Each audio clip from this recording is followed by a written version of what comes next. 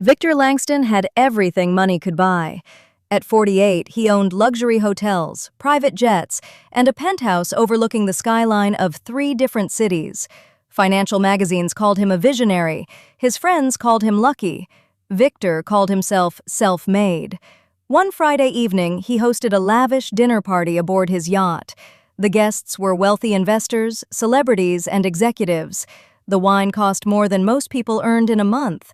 As the conversation drifted from business to life experiences, Victor made a comment that immediately drew attention.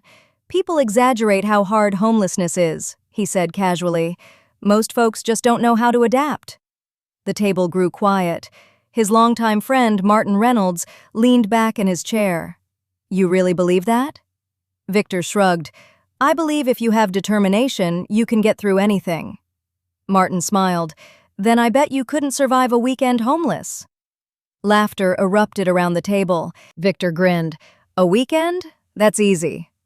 Martin shook his head. "No money, no credit cards, no phone, no employees helping you, no revealing who you are." Victor's smile faded slightly. "And if I do it?" "I'll donate $1 million to a charity of your choice." Victor extended his hand. "You're on." The next morning, Victor handed over his wallet, watch, phone, and car keys. Martin drove him to a part of the city Victor had never visited, despite living there for decades. The neighborhood was worn and forgotten. Before leaving, Martin handed him a small backpack containing a bottle of water and a change of clothes. "See you Monday morning." Then he drove away. Victor stood alone on the sidewalk. For the first time in 30 years, nobody recognized him. Nobody cared who he was. At first, Victor treated the challenge like an adventure. He walked confidently through the city, convinced he would figure things out. By noon, he was hungry. He discovered that restaurants expected payment. Coffee shops weren't interested in explanations. Convenience stores wouldn't give away food because he was hungry. By evening, his stomach growled painfully.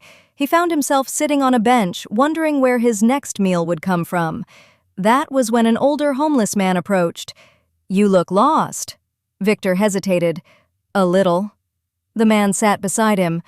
"My name's Earl." Victor introduced himself simply as Victor. Earl nodded. "First day?" Victor blinked. "How could you tell?" Earl chuckled. "You still think this is temporary." That night, Earl showed Victor where several homeless individuals gathered beneath an overpass. Some shared blankets, others shared food.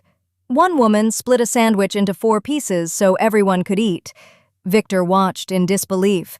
These people had almost nothing, yet they shared what little they possessed. Saturday proved harder. The city was cold. The benches were uncomfortable. Every public restroom seemed locked. People avoided eye contact. Some crossed the street rather than walk near him.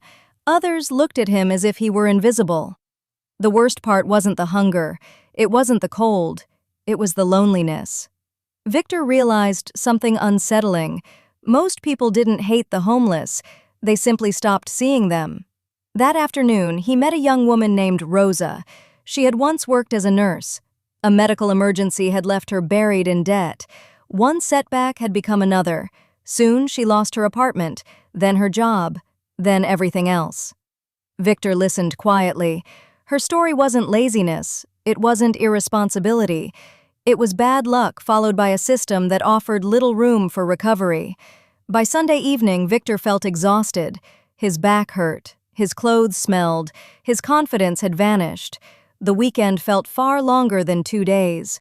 When Monday morning arrived, Martin pulled up exactly where they had agreed. Victor climbed into the car without saying a word. Back at his penthouse, Martin poured 2 cups of coffee. "So," he said, "easy?" Victor stared out the window. "No." Martin smiled. "You lose?" Victor shook his head. "No, I survived."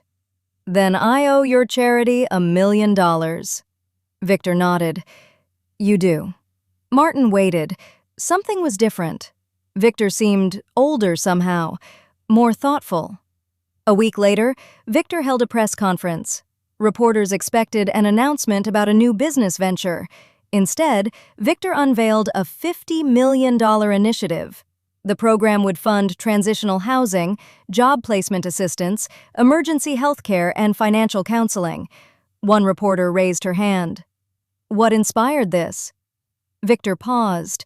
Then he thought about Earl sharing food he couldn't spare, Rosa describing how quickly life unraveled, the countless people society ignored every day. I learned something important, Victor said. What was that? He looked directly into the cameras. Most people aren't nearly as far from homelessness as they think, and the people who are homeless aren't nearly as different from us as we'd like to believe. The room fell silent. Victor smiled faintly. The bet wasn't about whether I could survive a weekend.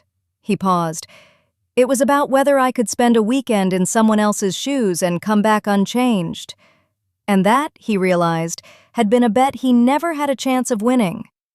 If you enjoyed this story, please subscribe to our channel. Thank you.